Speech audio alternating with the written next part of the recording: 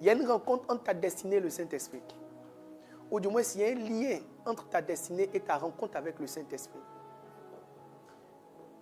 Jésus était anonyme jusqu'à ce qu'au Jourdain, l'Esprit descende sur ses épaules. Près de 2 mois après, il est devenu un phénomène dans sa génération.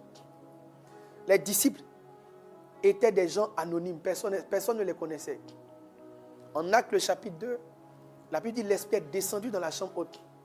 Et quand l'Esprit est descendu le lendemain matin, Pierre, l'inconnu, avait son nom sur les lèvres de tous les Israélites ou tous les hommes de Jérusalem. Vous voyez que la plupart des gens qui rentrent dans leur destinée à partir d'un certain contact avec le Saint-Esprit. L'Esprit n'est pas facultatif. Ce n'est pas une option. Tu ne choisis pas. Jésus est monté et il nous l'a envoyé. L'église de Jésus doit sortir du drame de ne pas connaître le Saint-Esprit. Il y a un drame dans l'église de Jésus.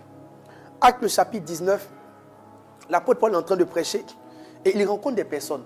Et puis il leur dit, avez-vous reçu le Saint-Esprit? Ils lui disent, nous n'avons même pas entendu dire qu'il y a un Saint-Esprit.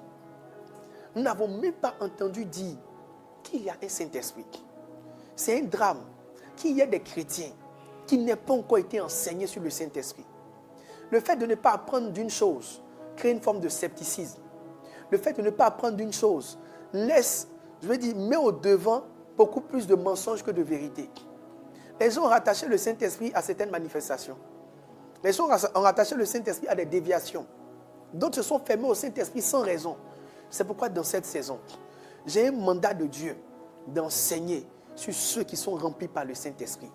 En d'autres termes, de présenter l'Esprit lui-même, de le montrer aux hommes et de permettre aux gens d'accepter que l'Esprit prenne le contrôle de leur vie et qu'il les conduise. Et c'est dans cette série-là que nous sommes engagés.